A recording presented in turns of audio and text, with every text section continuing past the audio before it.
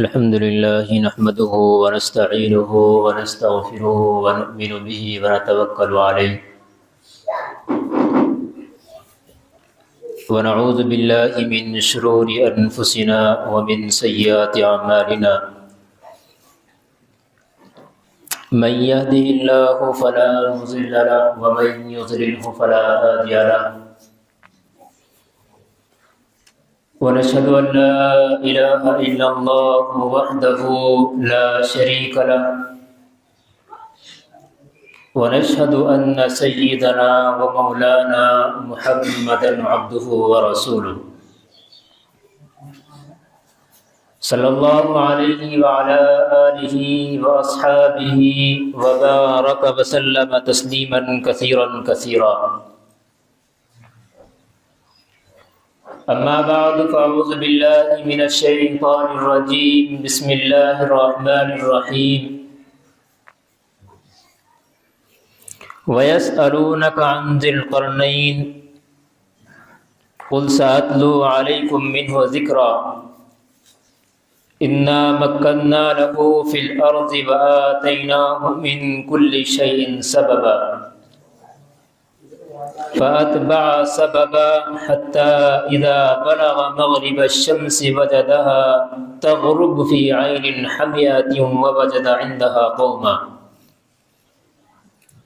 قلنا يا ذا القرنين إما أن تعذب وإما أن تتخذ فيهم حسنا قال أما من ظلم فسوف نعذبه ثم يرد إلى ربه فيعذبه عذابا نكرا وأما من آمن وعمل صالحا فله جزاء الحسنى وسنقول له من أمرنا يسرا ثم أتبع سببا حتى إذا بلغ مطلع الشمس وجدها تطلع على قوم لم نجعل لهم من دونها سترا كذلك وقد أحطنا بما لديه خبرا ثم أتبع سببا حتى إذا بلغ بين السدين وجد من دونهما قوما لا يكادون يفقهون قولا قالوا يا ذا القرنين إن يأجوج ومأجوج مفسدون في الأرض فهل نجعل لك خرجا على أن تجعل بيننا وبينهم سدا قال ما مكني فيه ربي خير فأعينوني بقوة أجعل بينكم وبينهم ردما آتوني زبر الحديد حتى إذا ساوى بين الصدفين قال انفخوا حتى إذا جعله نارا قال آتوني أفرغ عليه قطرا فما استطاعوا أن يظهروه وما استطاعوا له نقبا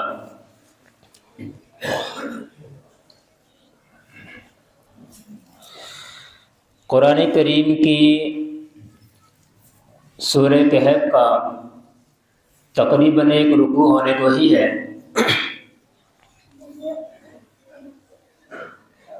ان آیات میں اللہ تبارک و تعالی نے بہت ساری چیزیں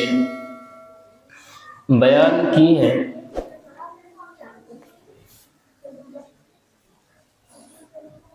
بات کیا تھی، کہاں سے چلی تھی، اور کیوں قرآن کریم کبھی کبھی واقعات کو بیان کرتا ہے۔ نبی کریم صلی اللہ علیہ وسلم نے جس وقت نبوت کا دعویٰ کیا تھا تو بہت سے یہودی علماء نے قریش مکہ کو یہ بات کہی تھی کہ لوگوں، تمہارے یہاں کسی نے جو نبوت کا دعویٰ کیا ہے، اپنے نبی ہونے کا جو دعویٰ کیا ہے، تو مجھ سے 3 چیزوں کے بارے میں سوال کر لینا۔ اگر وہ تینوں باتوں کا جواب درست دے دے، صحیح جواب دے دے، تو سمجھ جانا وہ اپنے دعوے میں سچے ہیں۔ پہلا سوال یہ تھا کہ جو نبوت کا دعویٰ کرتا ہے، یعنی محمد صلی اللہ علیہ وسلم جو اپنے آپ کو یہ کہتے ہیں کہ میں اللہ کا رسول ہوں، اللہ کا نبی ہوں، ان سے یہ بات معلوم کرنا کہ یہ اصحاب کہف کون تھے۔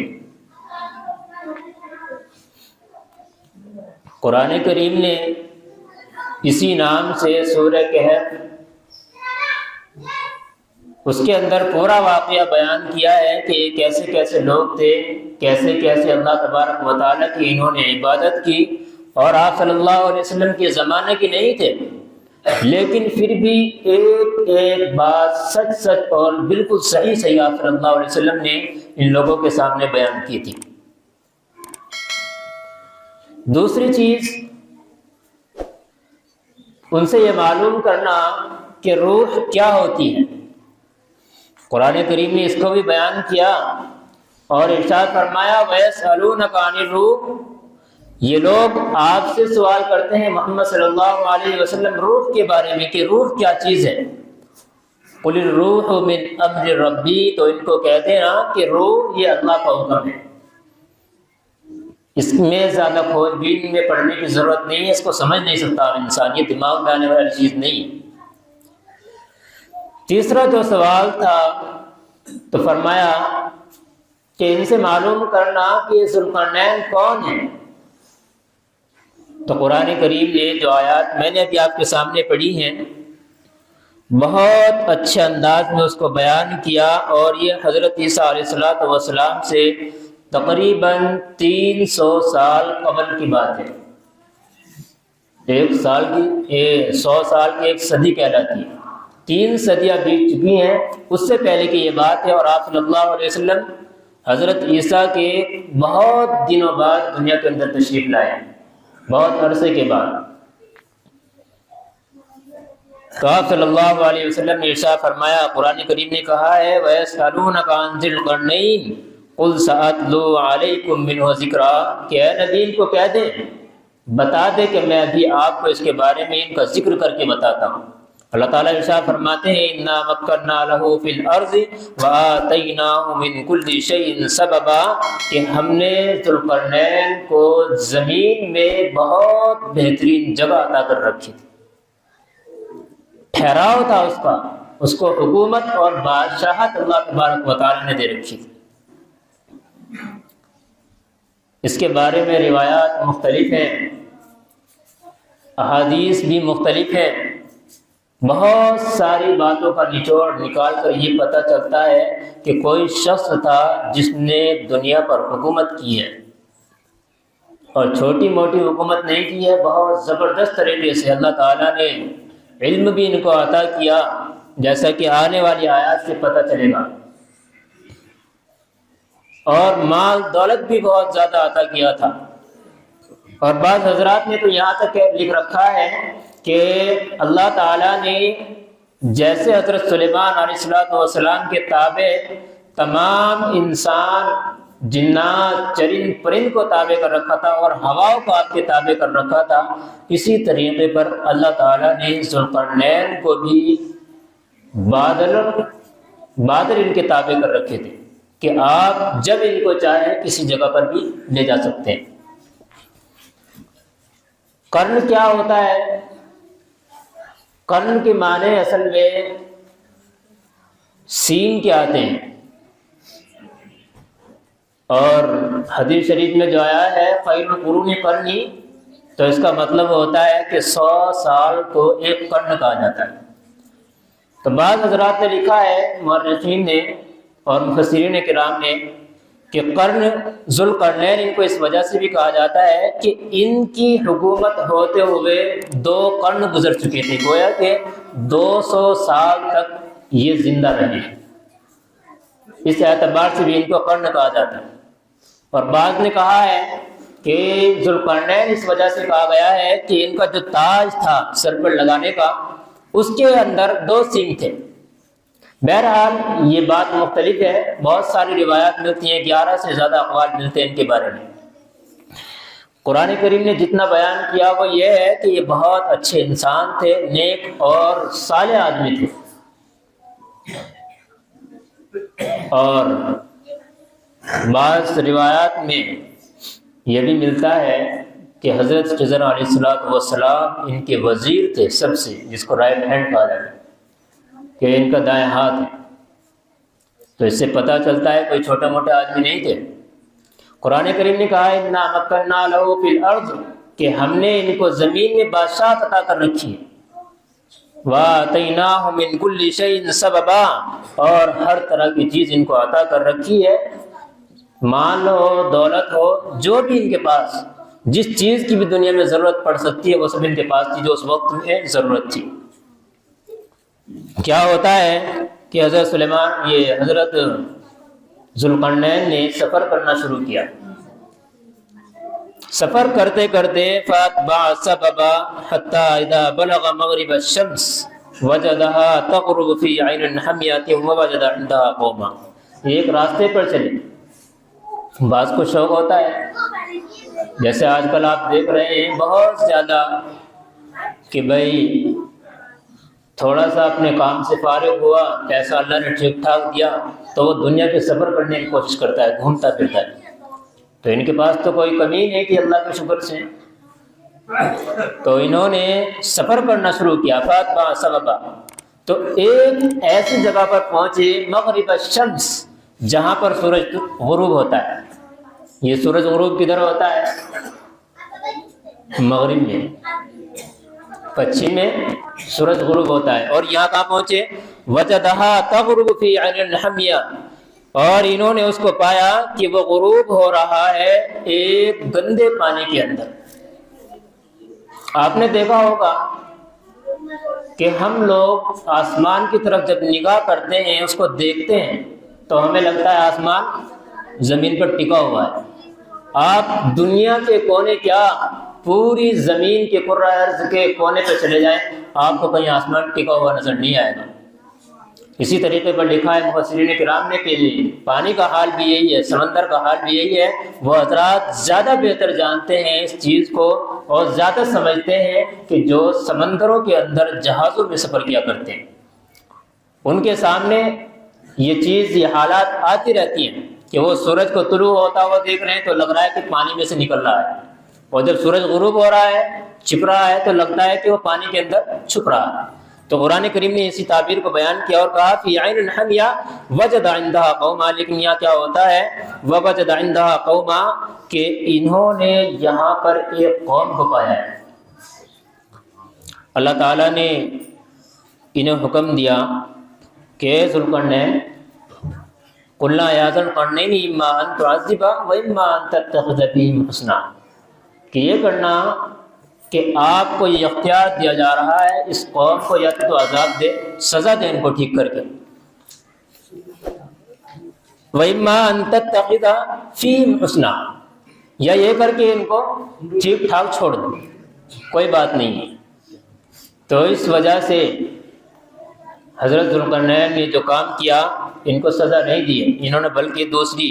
درمیان کی راہ اختیار کی۔ اب یہاں لکھا ہے ایک نقطہ اور آ سکتا ہے کہ بھائی جب سے تو کوئی آیا نہیں تھا، اب ابھی یہ قوم ملی ہے، فوراً اٹھا کر ان کو ٹھائے ٹھائے کر دو، ختم کر دو، یہ کہاں کی بات ہوئی؟ تو پتہ چلتا ہے، لکھا ہے کہ نہیں بھائی یہ ایسے نہیں ہے، بلکہ اس سے پہلے بھی یہاں نبی اور رسول آ چکے تھے، انہوں نے ان کو دعوت دی لیکن انہوں نے ایک بھی نہیں مانی۔ اس وجہ سے اللہ تعالیٰ نے حضرت ذوالقرنین کو کہا اما ان تتخذ فیہم حسنا او اما ان تعذب و اما ان تتخذ فیہم حسنا، یا تو ان کو سزا دو یا ان کو ٹھیک ٹھاک چھوڑ دو، کوئی ضروری نہیں ہے ان کو مارنا پیٹنا۔ لیکن انہوں نے کہا اما من ظلم فسوف نعذبہ، کہ اللہ میں تو دیکھوں گا جو ظلم کرے گا اس کی پٹائی ٹھکائی لگاؤں گا، فسوف نعذبہ میں اس کو سزا دوں گا، ثم يرد الى ربه فيعذبه عذابا نکرا۔ پھر اسی طرح بات چلتی رہی، آگے کیا ہوا؟ فرمایا واما من آمن وعمل صالحا فله جزاء الحسنى وسنقول له من امرنا يسرا، جو اچھے عمل کرے گا اپنے لیے آخرت میں اللہ تعالیٰ اس کو جزائے خیر عطا کرے گا۔ پھر چلے یہاں سے مغرب سے نکلے، اب دوسری طرف کا انہوں نے دورہ کیا اور یہ بالکل آخری کونے تک پہنچے ہیں دونوں طرف۔ کہا ہے ثم اتبع سببا، پھر انہوں نے راستہ اختیار کیا، دوسری طرف چلے، اب کہہ رہے ہیں مشرق کی طرف جا رہے ہیں، حتی اذا بلغ مطلع الشمس وجدها تطلع على قوم لم نجعل لهم من دونها سترا، تو انہوں نے سورج کو پایا کہ وہ طلوع ہو رہا ہے ایسی قوم پر لم نجعل لهم من دونها سترا، کہ انہوں نے کسی طرح کا کوئی حجاب سورج سے نہیں کر رکھا ہے۔ آپ نے ہمارے یہاں ایک قوم دیکھی ہے اس طرح کی، ایک تو جنگل میں رہنے والے ہوتے ہیں، وہ الگ ہے۔ ہمارے یہاں بھی اس کے علاوہ ایک قوم ملتی ہے، لیکن ان کے درمیان بھی آڑ ہوتی ہے، لیکن یہ اس سے بھی پرے ہے، جس کو ہمارے یہاں یہ روڈوں پر پڑے رہتے ہیں، کیا بولتے ہیں ان کو؟ باگڑی بولتے ہیں۔ تو یہ ایسی قوم تھی، ہر وقت سورج کے نیچے گویا کہ مکانات کا ان کے یہاں رجحان ہی نہیں تھا کہ ہمیں مکان بھی بنانے، اور بعد میں تو لکھا ہے کہ ان کے پاس کچھ بھی نہیں تھا۔ سورج کی گرمی اگر زیادہ ہوتی تو پانی میں گھس جاتے، جیسے ہمارے یہاں جب جانور جو باہر چڑھتے ہیں ان کو جب چگانے کے لیے لے جایا جاتا ہے، چرانے کے لیے لے جایا جاتا ہے، تو وہ زیادہ گرمی کی وجہ سے پانی میں لیٹ جایا کرتے ہیں اور بس پڑے رہتے ہیں پاگلوں کی طرح۔ تو ایسے یہ انسان ہونے کے باوجود بھی پڑے رہا کرتے تھے۔ تو لم نجعل لهم من دونها سترا کذالک، اللہ تعالیٰ کہتے ہیں کہ ہاں واقعہ ایسا ہی ہے، وقد احطنا بما لدیہ خبرا ثم اتبع سببا۔ اب یہاں سے بات ختم ہوئی، اس طرف بھی گئے، ادھر بھی گئے، اب نمبر آیا ادھر کا۔ ادھر کیا ہوتا ہے؟ ثم اتبع سببا، راستے پر چلے، حتی اذا بلغ بین السدین وجد من دونہما قوما لا یکادون یفقہون قولا۔ یہ انسان آج کے دور میں بھی، پہلے بھی، زبانیں اللہ تبارک و تعالیٰ نے ایک آیت کے مطابق مختلف بنائی۔ اللہ تعالیٰ کہتے ہیں کہ میں نے ان تمام کی زبانوں کو الگ الگ کر کے رکھ دیا ہے۔ آپ اردو بول رہے ہیں، اس کے ساتھ ہندی بھی مکس کر رکھی ہے، سنسکرت بھی مکس کر رکھی ہے، سب چل رہی ہے۔ دوسری طرف جائیں گے وہاں عربی ہے، دوسری طرف تیسری طرف جائیں گے، بہت ساری زبانیں دنیا کے اندر آپ کو دیکھنے کو ملے گی۔ یہاں حضرت ذوالقرنین جو گئے ہیں بین السدین، یہ لکھا ہے یہ شمال کا علاقہ ہے، اس طرف یہ گئے ہیں، تو ایسی قوم کے پاس یہ پہنچے، قوم لا یکادون یفقہون قولا، وہ قریب ہی نہیں تھے کہ کسی بات کو سمجھیں، انہیں کچھ پتہ ہی نہیں تھا۔ اگر ہم کچھ بولنا چاہیں تو ان کو کچھ سمجھ میں نہیں آ رہا تھا، اگر وہ کچھ کہتے ہیں تو ہمیں کچھ سمجھ میں نہیں آ رہا ہے۔ تو یہ قرآن کریم بیان کرتا ہے لا یکادون یفقہون قولا، کسی کی کوئی بات نہیں سمجھ میں آ رہی، کچھ بات بھی نہیں سمجھ رہے۔ اب انہوں نے کیا کام کیا؟ ترجمان کو لیا ساتھ میں، اور ایسا ہوا ہے آپ صلی اللہ علیہ وسلم کے زمانے میں بھی ترجمان کا لینا کوئی آج سے نہیں ہے۔ ہمارا ملک کا وزیر اعظم کسی دوسرے ملک میں جائے گا، وہاں ترجمان پکڑنا پڑے گا، وہ عربی اگر بولتے ہیں تو وہاں کا ایک ترجمان مل جائے گا جو ان کی بات کو ٹرانسلیٹ کر کے ادھر ٹرانسفر کرتا رہے گا۔ اسی طرح اگر وہ آتے تو یہاں پہ ترجمان مل جایا کرتے ہیں۔ ہمارے مدارس کے اندر الحمدللہ بہت اس پر کام چلتا رہتا ہے، عرب سے لوگ آتے ہیں تو بڑے بڑے علماء کرام، اور یہ تو عام سی زبان ہو چکی ہے عربی، علماء کے لیے بولنا سمجھنا، تو وہ بہت جلدی اس کو پڑھ لیا کرتے ہیں اور سمجھ بھی لیا کرتے ہیں، بول بھی لیا کرتے ہیں۔ تو انہوں نے کوئی ترجمان لیا، کیا کہا؟ ذوالقرنین کو دیکھا کہ بہت بڑا وجاہت والا بادشاہ ہے، بہت زبردست بادشاہ آیا ہے ہمارے یہاں، تو کیا کہا؟ یا ذوالقرنین ان یاجوج و ماجوج مفسدون فی الارض، کہ یہ یاجوج ماجوج جو ہیں زمین میں فساد مچاتے پھرتے ہیں۔ اس آیت کی وجہ سے میں نے اتنا لمبا چوڑا رکوع پڑھا ہے، یہ پیچھے سے لے کر کے آیا ہوں۔ ابھی ہمارے یہاں کوئی واقعہ پیش آیا اپنے انڈیا کے اندر، میرے گھر میں نہیں، تو وہ کوئی تشتری بول رہے ہیں اس کو اسپیس شپ، کہ وہ آئے ہیں اور یہ یاجوج ماجوج ہیں، لوگ ان کو نام دے رہے ہیں، اور ہماری بیچاری معصوم سی قوم علم سے نابلد ہے، فوراً جو انہوں نے کہہ دیا قبول کر لیا۔ نہیں بھائی ایسا نہیں چلے گا، میں سمجھاؤں گا آپ کو، اگر وقت رہا آج اور وقت نہ ملا انشاءاللہ اگلے ہفتے پھر۔ قرآن نے کیا بیان کیا ان کے بارے میں؟ تو کہہ رہے ہیں یا ذوالقرنین ان یاجوج و ماجوج مفسدون فی الارض، بھی بہت تنگ کرتی ہے، بہت پریشان کرتی ہے ہمیں۔ یہ وہ قوم بول رہی ہے جو بات نہیں سمجھ رہی، لیکن ترجمان کے ذریعے سے یہ بات بادشاہ تک پہنچا دی ہے۔ تو انہوں نے کیا کہا، فَهَلْ نَجْعَلُ لَكَ خَرْجًا عَلَىٰ أَن تَجْعَلَ بَيْنَنَا وَبَيْنَهُمْ سَدًّا، یہ کرتی کیا ہے، یہ یاجوج ماجوج کی جو قوم تھی یہ کرتی کیا تھی؟ تو لکھا ہے مفسرین کرام نے، یہ جیسے آتے تھے ان کے گھروں میں گھسے، جو کچھ پھنسا نمٹا دیا، انسان ہو، جانور ہو، دیوار ہو، پیڑ ہو، درخت، کچھ بھی ان کا ہاتھ میں لگے سب ختم، سب کو سفا چٹ کر کے چلے جایا کرتے۔ یہ لوگ بڑے پریشان ہیں، یار ہم نے کھانا بنایا، ہم بھوکے پھر رہے ہیں، کچھ پتہ نہیں، ہم نے گھر بنایا، ہمارا گھر ختم۔ ایک انسان کے لیے جس کو کھانے کی ضرورت ہو، اس کے سامنے ایک روٹی رکھی ہو اور کتا آ کر کے اٹھا کر کے چلا جائے، وہ اس کے پیچھے وہیں تو جائے گا جہاں تک کتا بھاگے گا۔ تو یہ بڑے پریشان تھے اس سے۔ انہوں نے کہا کہ ہم فَهَلْ نَجْعَلُ لَكَ خَرْجًا، ہم آپ کے لیے کچھ چیز متعین کر دیتے ہیں، جیسے کرتے ہیں نا، پردھان جی ذرا یہ سڑک ڈلوا دو، آپ کے پاس نہیں ہے تو ہم کرا دیں گے، تھوڑا بہت چندہ وندہ کریں گے، اپنا کام چل جائے گا۔ یہ بھی وہی ہے، ٹیکس وغیرہ ہم آپ کے لیے متعین کر دیتے ہیں۔ کیا کہا ہے، الا ان تجعل بیننا وبینہم سدا، آپ ہمارے درمیان اور ان لوگوں کے درمیان ایسی دیوار بنا دیں، ایسا کام کر دیں یہ ہم تک آ ہی نہ سکے۔ یہ ایک قوم جو ظلم سے جوجھ چکی ہے، جو بہترین کر کے پٹ چکی ہے اور مظلوم قوم ہے، یہ وہ فریاد کر رہی ہے بادشاہ سے، جبکہ حق تو یہ تھا کہ بادشاہ کو خود بخود آ کر کے دیکھنا چاہیے، لیکن وہاں چونکہ ان کی حکومت نہیں تھی، یہ تو بس ایسے ہی گھومتے پھر رہے تھے دنیا کے اندر۔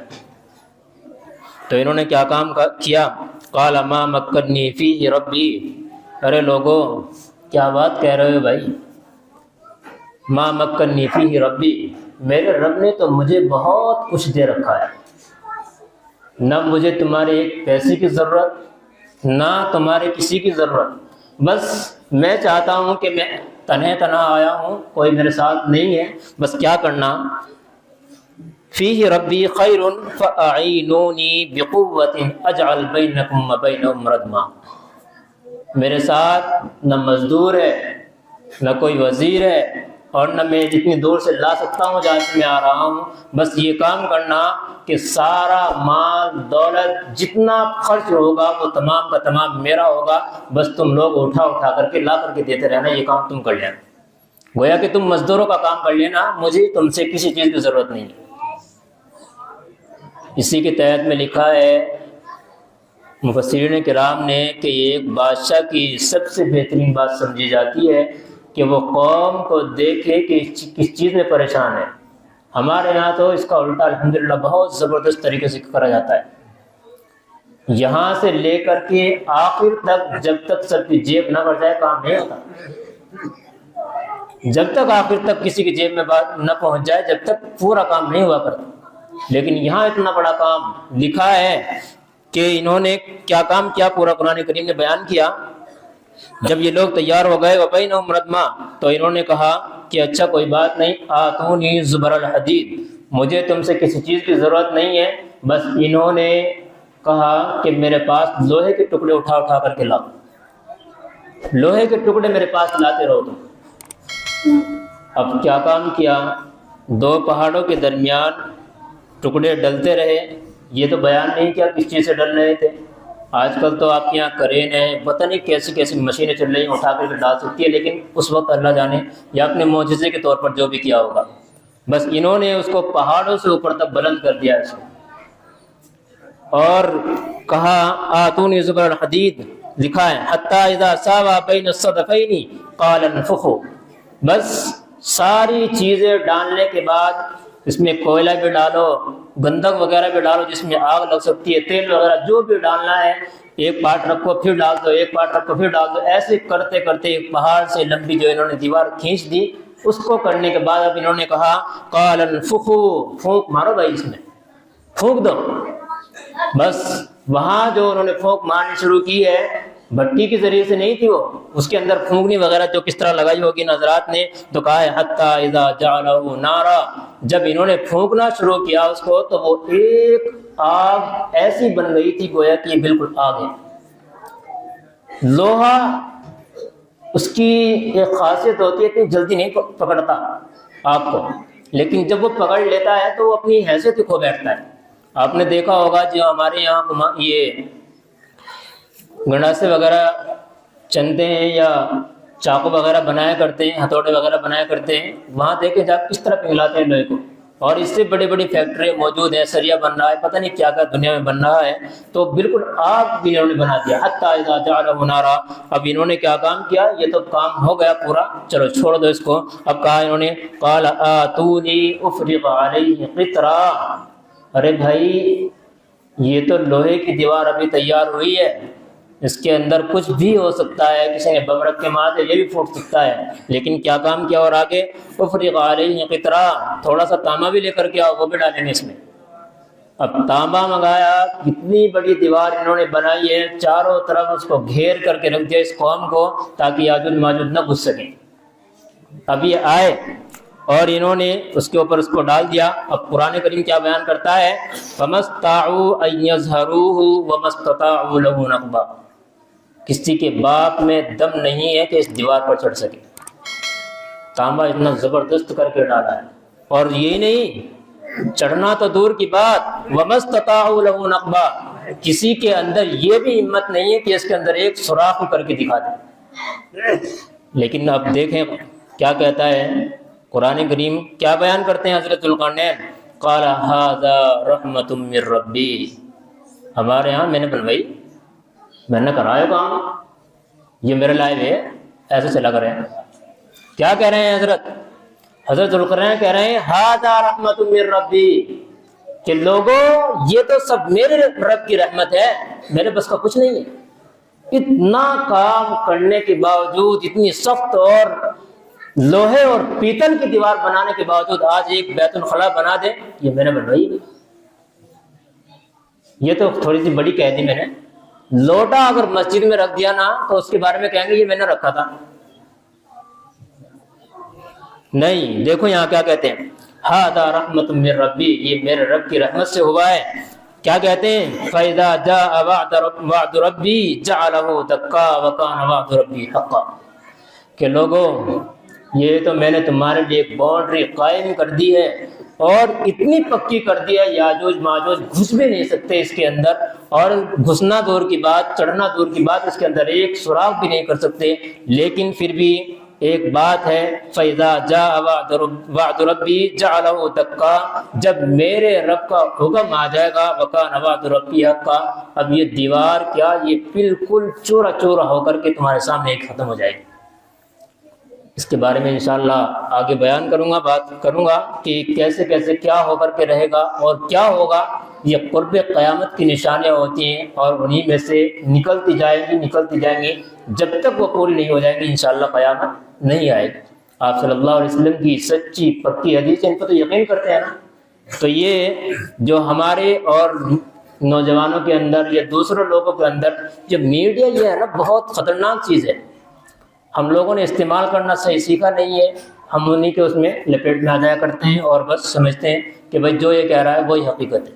ایسا کچھ نہیں ہے، وہ انشاءاللہ آگے بیان کروں گا۔ اللہ تعالیٰ ہمیں سمجھ کے عمل کی توفیق نصیب فرمائے، اور ہمیں اپنے ایمان پر قائم اور دائم رہنے کی توفیق نصیب فرمائے۔ وآخر دعوانا الحمد للہ رب العالمین۔